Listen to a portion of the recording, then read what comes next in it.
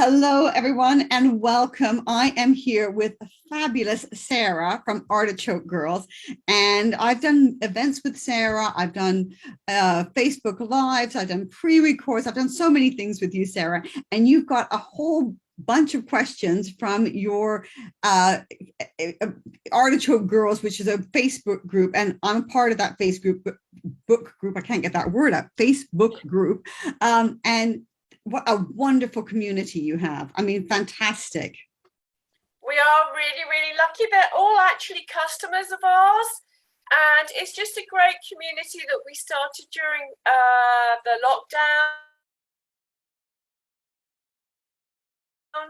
And we're really, really lucky to be supporting them and actually being able to reach out to people like you to talk about how to wear your makeup, or Michaela to help us with our skincare, or people like Catherine and Ness giving us great ideas of where people who don't live in the area can stay. It all just contributes to a nice sort of virtual friendship group is the only way I can describe it. It is a virtual friendship group. And I had the honor of meeting quite a few of those ladies as well. So I feel even doubly blessed by that. So yeah, fantastic. So I'm going to let you fire away. This is not, we haven't rehearsed these. So if I fumble a little bit, then you'll know. Right. So these are questions. We put a request out for questions a few days ago when we realized we were going to do this Q&A. There might be a lot of questions, Ariane, so be prepared to do more than one. We might have to do 2 Q&As. Okay. I'm going to fire away and you tell me when I'm asking enough questions. I have to wipe anything off. Okay, go ahead. So the first one is actually a fairly generic question, and it's, should we use fake tan on our faces? And if the answer is yes, do you have any recommendations? Okay, I am not a fan of fake tan on my face. I will tell you the exact reason why. Because when we put it on our body, we don't put all of the serums, oils, all of those kind of products on our face. When we put those products on our face, a lot of them, especially AHAs, dissolve the fake tan or the false tan and make it go patchy. And then it is a hard job to get your skin to look even. So I would say no to putting false tan on your face. I know that there's some great brands out there that they've got those little drops and everything like that. But if you're someone that uses a lot of AHAs or enzymes and things like that, you're going to have a patchy looking face. I would suggest using either a bronzer over your regular foundation, or you can go for a slightly darker foundation. So if you know the color that you go here on the body with your faux tan, then you choose a color that is similar to, for your face, and then the two will match up always. Oh, okay. Now that number one, I'm filled with huge relief because I am a patchy woman on my body. My husband always says that I look as though I've been sunbathing through a fence. My fake tan is so uneven. But that actually leads us quite neatly on to another question, Ariane, and that is, how many color foundations should you have and when should you wear them? Now, I know personally that I look a bit orange in April because I'm still wearing basically my medium summer foundation, which seems to last all the way through the winter till about March or April, and then all of a sudden I put my makeup on and I'm orange. Okay, that's interesting, because I know that. Okay, so I have two that I have two. I have a lighter one, and then I have a slightly darker one because I like to faux tan my body. I love being out in the sunlight and everything. I don't like to lay and bake. I get bored very quickly. I can lay there for maybe 10, 15 minutes and then done. I have to do something else. So for me, I love a faux tan. One of my favorite faux tans is Bondi Beach, which is, they come in all sorts of different types, but I love the Bondi Beach ones. And I have no affiliation with them at all. So it's just me personally liking them. And so I would have two foundation colors, one lighter one and one darker one, so that in the winter time, you're the lighter one. You come up to going into spring and you might be being out, or you've gone away for a winter holiday, and then you bring your darker one in and you can mix them together. And when you're in that in between, so I'm going to do a video on transition time, because come end of September, we are into transition time, where we know we're wearing so many layers of clothing, especially here in the Northern Hemisphere. We are not going to really need to bronze or faux tan our bodies. We're going to go, yeah, you know, because we're going to be wearing tights and trousers or longer skirts or whatever, boots and everything. It's not especially with the thing with not being able to afford our central heating this year. We're going to be wearing a lot of layers, like tons of layers, exactly. We're going to be layers and layers. So yeah, so we're not going to be faux tanning in the winter months, most likely, unless we're going away somewhere, and then we'll get a little bit of sunshine. But so come around end of September to probably November, beginning or mid-November, there's like that sort of 6 to 8 week space. And in that 6 to 8 week space, you're going through this gradual lightening process. And then you go on to your lighter foundation, and then you get to, say, around March time, and it's sunny, you're maybe out gardening, or you go away for a holiday, or it's Easter break or something like that, and then you use your darker one, and you go through the darker one until you get to that. And that transition time is probably from April till about June. So again, about 6 to 8 weeks transition time, and then you would be your darker foundation. So it's a that's the way I kind of see it as a cycle. And is it one color difference? I just do, most people. So is it, what do you go, one shade lighter and one shade darker? Yeah, it's your, so whatever your base color is. So I am pale. So I would say that my base, we're talking about foundation sticks, okay, because that's the one I use most often. In the summer months, I up it a bit. Okay, so foundation stick, I am sand in the winter time, and I use the Flawless Finish in the summer because it's slightly lighter weight, and I use medium there. So I go from sand to medium. Light in the foundation stick is a teeny tiny bit too light for me. So I'm a sand. So so the next shade, that whatever the company does, whether it's my brand. So in the Flawless Finish, I would be a light and a medium, rather, because we don't have a sand color yet. I'm working on that, but so I would be a light and a medium, but I'm definitely the sand stick and the medium Flawless Finish, and it works really well. If I do a big faux tan and I find that the medium in the Flawless Finish is a little bit too pale, then I will take a little bit of bronzer on my face, because that will be fine. Right, so that's a good way of taking our skin into high summer then, is rather than having yet another foundation. Yeah, it's just too expensive, because it's too expensive. It's not practical either, because you're going to use that bronzer. You can use your bronzer on your eyes, your cheeks. You know, it's a multi-use product. So you want to get more usage out of your products. And that's how I feel about anything with that. That's great. Thank you so much, Ariane. Now, is it possible to cover the flaws in your complexion but keep your freckles in the summer?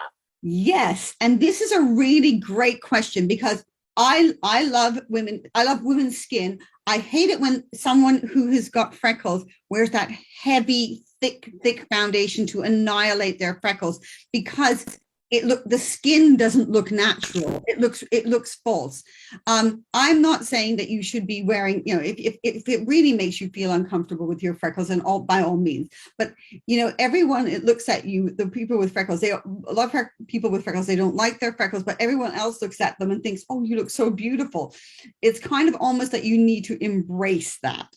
And what you would do foundation wise is you go on the in-between color of the freckle and the skin, which is a tricky one. So that one is a little bit, this is an experiment. So I would go to a makeup counter and ask for little samples so that I could take it home and do it in my own privacy, so I can do it here, so I can just check to make sure it's not looking weird. Because if you use too light of a color on someone who with freckles, the freckles and the skin looks really ashy, and you don't want that.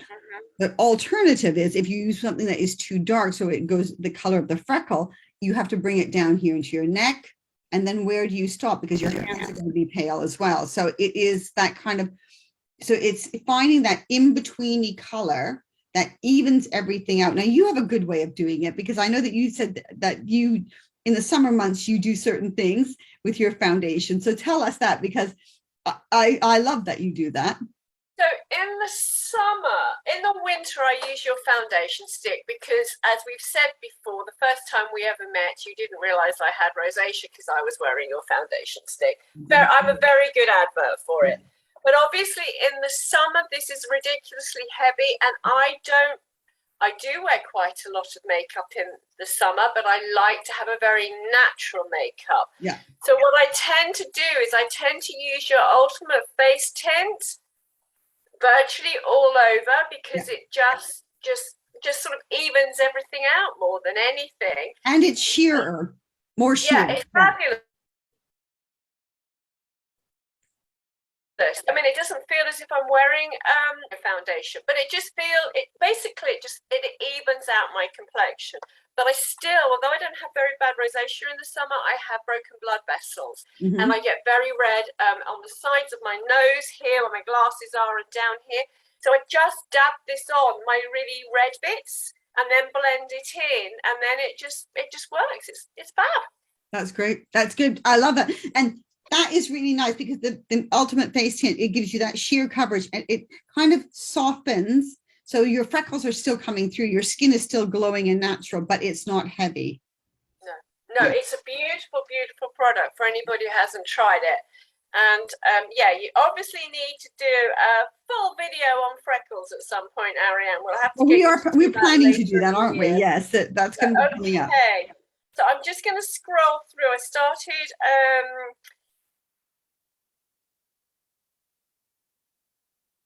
How to disguise a birthmark. What kind of birthmark? Okay, if it is a birthmark that is a brown birthmark, okay, then you need to use, now really weird, because you're going to think that I'm really talking rubbish. Most people, when they have like that kind of pigmentation, so it can be like that, and it's usually a flat birthmark, it's a pigmentation-y kind of thing, you need to use a darker color. You don't use a light color. If you use a light color, and somebody asked me this on my Instagram, and I explained it to them as well. If you use a light color on a dark mark, it looks ash, it looks dirty, it looks grayish, and it does not cover it. It actually brings focus to that area, because nobody has gray skins or ashy colored skin. So it draws the eye right to where you don't want it to be drawn to. So you want to avoid that. So that's why I did my concealer palette with 3 shades. So I use the darker shade. Now, obviously it depends on what the person's skin tone is. If you're really pale, you would use something like a medium-y kind of color. If you're a little bit darker, then you would use the darker shade. But you need to use something that counterintuitively, that you're going to use something darker, not lighter. Now, if you've got a red birthmark, which I know that people have red birthmarks, or that kind of almost like those port wine ones, you want to grab you want to grab an orange concealer. Now, you may need to go to something like Dermacolor or somewhere like that. Now, the orange will counteract the blue purpliness of that birthmark, and it will make it go neutral. It will neutralize it, and then you can pat your foundation over the top, but you need to neutralize it. And the only thing that will neutralize that kind of purpley color is, or that bluey purpley color, is orange. And it has to be not a soft, pretty apricot-y kind of color. It has to be orange. I mean, like orange, maybe even more orange than this. Oh, no. And I even when I've taught makeup artists, and somebody has like those really, when you got those really blue dark circles. Yes. And I remember I said, okay, you need to use an orangey color. And they were using this really soft, pale, pastel-y, or coral shade. And I'm like, no, no, no, no. I took the darkest, one of the darkest, brightest orange colors, and I whacked that on, and literally I went, and they went, oh my God, they've just disappeared. And I said, yeah, because it neutralizes it. Doing those light colors, you have to sometimes be a little bit bold and step in. So yeah. Well, that's really, really great advice. Thank you. We've had quite a few questions that are sort of based around lipstick and longevity. Mm-hmm. So I've got how to look after your lipstick in hot weather. Mm-hmm. What is the secret to day-long, night-long lasting lipstick? So they're sort of a variation upon a theme, aren't they? Okay. Longevity using a lipstick. Okay, so if you've got a lipstick and it is boiling hot, like we've had really hot here, it's been 40 degrees, which is, and we don't have air, most houses don't have air conditioning, so you're literally like in a sauna. You're hoping that you're going to get a cross breeze if you open every window in the house, but you know, sometimes that doesn't happen. So you need to put your lipsticks in the fridge, not the freezer, the fridge. Yeah. Yeah. And yes. Yeah, I used, before I had the children, I worked for a shipping company, and my sales area was the West Indies. All my girlfriends kept their makeup in the fridge. Yes, it's just come back. Yeah, yeah. It is, and because you know, a lot of the, you know, I grew up in Canada. We did not have boiling hot summers like this, but we do now. So I think with, you know, the climate changing and everything that's going on, we're going to have to think about, you know, putting our lipsticks. Nail varnish is also great in the fridge in the summer months because it keeps them from going gloopy and thick. Eye pencils, if you've got an eye pencil, I had the biggest disaster one time with an eye pencil. I was doing a photo shoot in the UK, and I left my eye pencils sitting on the dashboard of the location truck while I whizzed out to powder the model and everything. And I left them there because we didn't need them. And I came back and they had all melted all over the dashboard. Oh, no. And that was it. They were finished and done. So even if you've got like those gel pencils, those soft gel pencils, which glide on beautifully and are long lasting, if they're kept anywhere warm or hot, they are going to melt. So you need to put those away as well. You need to put those into the fridge, but that's only when it's boiling outside. When it's just normal temperature, it's absolutely fine. Now, the question about that long lasting lipstick, that is a real tricky one because it has a lot to do with sometimes with your skin's pH and everything like that. The best ones to thing is you use a lip primer. So that is a lip primer is a great idea. Putting on a long-lasting lip pencil all over your lips, that is a great idea. Using a liquid lip product, liquid lips last longer than the other type of lipsticks. And I don't mean liquid lips as in a lip gloss. The liquid lips are much drier, and they almost like seal onto your lips. Oh, I know the ones you mean. Yeah. They some of the companies have made them much more comfortable to use. So they're not going to feel like you're wanting to always lick your lips because that defeats the purpose. So those are the things that I would do if I was having to do something where it was long lasting. But with lipsticks, because we eat and drink, and I'm not, you know, it's the one thing, any food that is like an oily thing, if you're eating a delicious salad, or if you're eating some fries or anything that you're eating that's got an oil base to it, it's going to even remove that long lasting lipstick. So if you think you're being great by eating a salad and your lipstick comes off, it's not the lipstick's fault, it's the salad dressing fault. So I know Michaela has road tested your tip with using the lip liner as a base and then lipstick over the top at an event you did her makeup for. Yeah. And I can remember her saying that the lipstick lasted for the entire evening. Well, that's brilliant. That is right. But it has to do is what, you know, if you're going to an event and you're not eating lots of like, and I'm not saying greasy food because it's not necessary, because a salad, you wouldn't think of it as a greasy food, or something that's got a gravy or a sauce because it's just sumptuous and delicious. You want to, you know, yum, yum, yum. That kind of thing will deteriorate any kind of lipstick, even those long lasting ones, even the ones that where you put them on, they go, look, I could rub it like this. Yeah, because you have no oil. If you put a little bit of olive oil on that and did that, it would come off like in an instant. Well, I mean, makeup removers are oil-based, so that's quite sensible. It's quite logical, isn't it? I'm just looking down because I am scrolling through the questions. Now, we have had a question from Ellie, who's just started working here. She's absolutely gorgeous. She's 28 and she is going to get married in a couple of years' time. And she has asked for top tips on wedding day bridal makeup. But perhaps that's the subject for another video. Well, I can tell you a quick tip because I do a lot of weddings and I love doing weddings. My top tip to anybody in the bridal party, and that's the mother of the bride, any bridesmaids, the mother of the groom as well, on the wedding day, do not put any moisturizer on your face. I know you're all going to be sitting there thinking, Ariane, you're insane.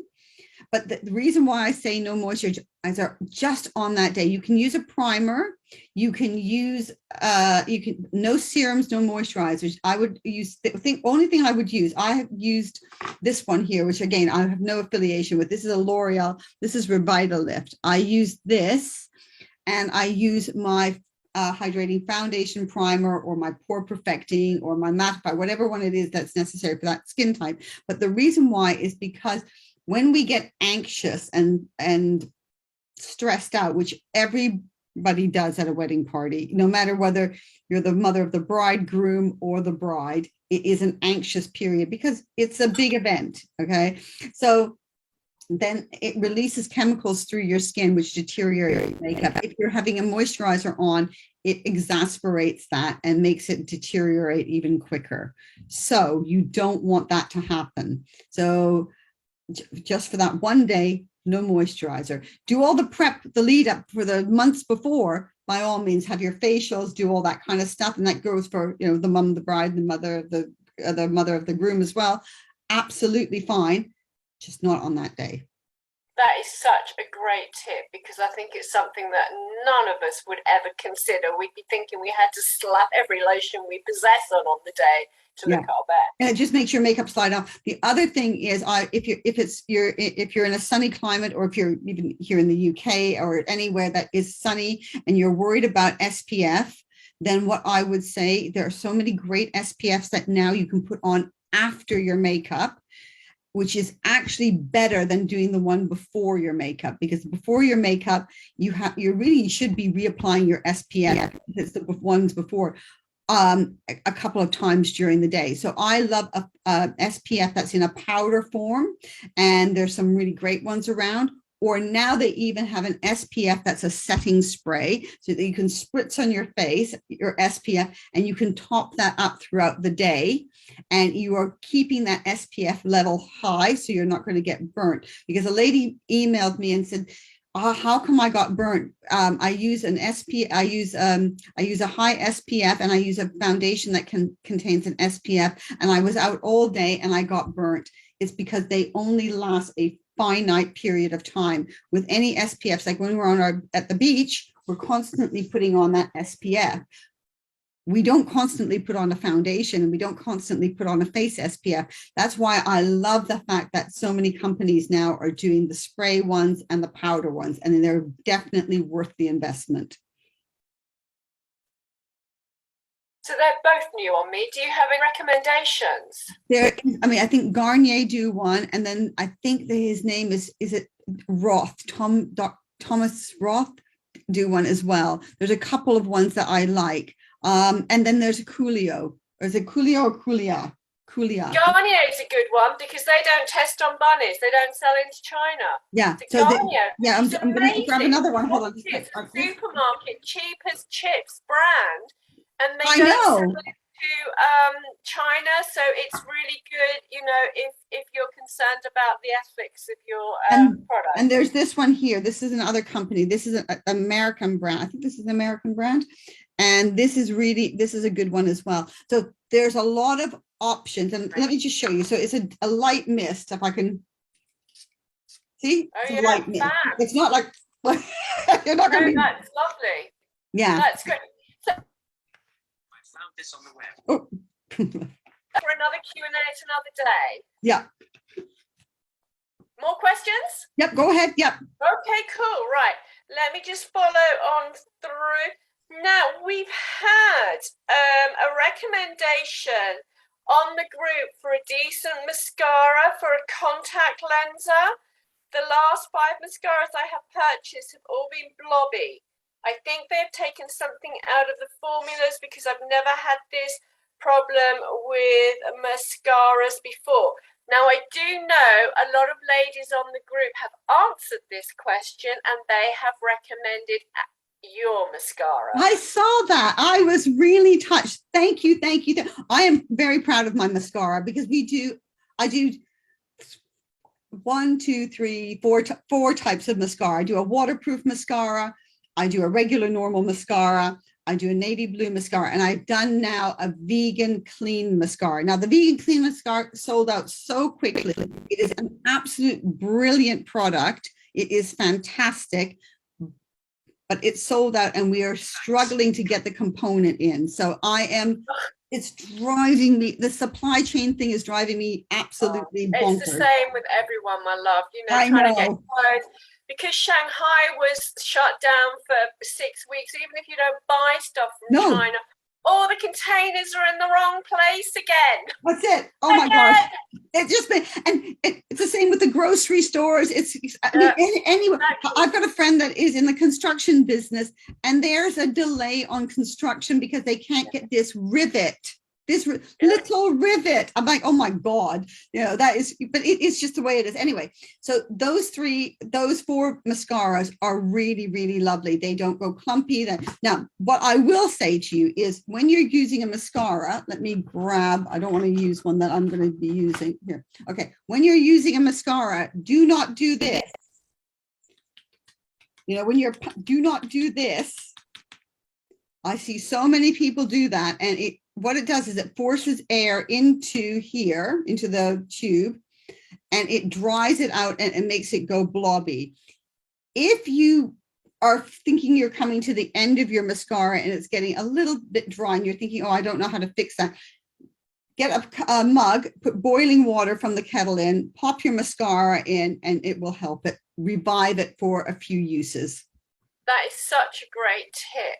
And would using a lash primer help? I know you've recently bought out a lash primer. Yeah, I love our lash primer. It has been literally years in the making because I first discovered the lash primers back in 2004.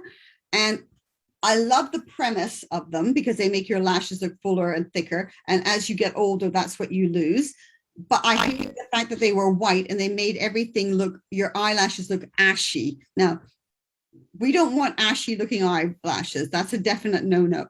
So it's taken this long for the people that make one of the companies that makes my makeup to get me the formula where it dries clear. So you can use it with any mascara, and that helps as well. I mean, I'm a huge fan of the lash primer. It makes such a difference. I actually have to be careful that I don't put too much on because I go against my glasses and I can't open and close my eyes, and that's never happened before. It's like, whoa, this is like weird. So I have to dial it back. Wish list. I will definitely be purchasing one of those. Now we've got time for one more quick question. I'm really sorry, Aaron, you're going to have to put your specs on because something's popped over my bit, which tells me how much longer. Okay.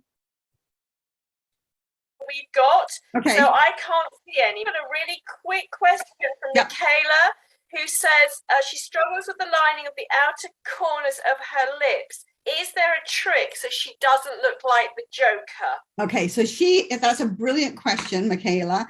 And it's the way you put on your lip liner, Sarah. You do your lip liner, so that prevents it. So the way Sarah does it is she takes the lip liner and starts here and brings it up instead of bringing it down. Because when you bring it down, I'm going to do this so I'll look horrible for a second. So I'm going to do it. I'm using a bright red so that you see it contrasting to what I'm doing.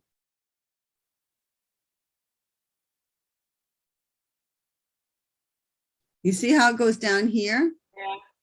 And because it goes down, it looks like it goes up. It goes down, but it goes up. When you're doing it, you do it this way.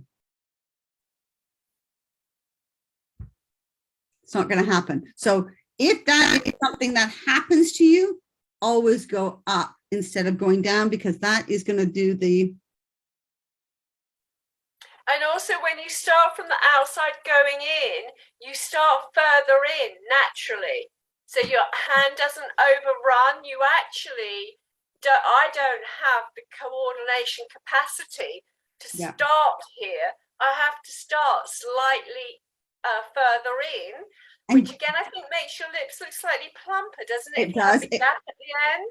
It does. And that's the same premise that I use when I'm doing the eyeliner. So if you bring your eyeliner and follow it down, everything is going down like this, and this is going to Joker's mouth. You are going to look really not great. I mean, it's not going to be your best look going forward. So what you want to do is you want to bring it along here, stop just before your eyelashes end so that you don't get that droop. And here, you're going to go up like that, because that way you're not going to get that kind of funny jokery mouth. Have we run out of time? Because I can't see. I don't want them to suddenly cut us off. So no, I think we've got one more from Michaela, but I'll get her to message you. It's just one about her eyebrows. Okay. I'll get her to message you, because I think we're going to run out of time. Yeah, if it suddenly shuts down, we don't want that to happen. I've had that happen on Instagram. No. That's bad news. Anyway, can I just say thank you? Oh, we're saying thank you to each other. Thank you, Ariane. Thank you so much. We really, really, really, I can't tell you how much we value your tips, and how actually, I mean, they just, I know personally, they have transformed the way that I do my makeup. Oh, and we have lots of feedback saying the same thing. So thank you for yet again joining us and helping us to look a better us. Yeah. Oh, you're very welcome. I love doing what I do, and I'm so happy to share all the information.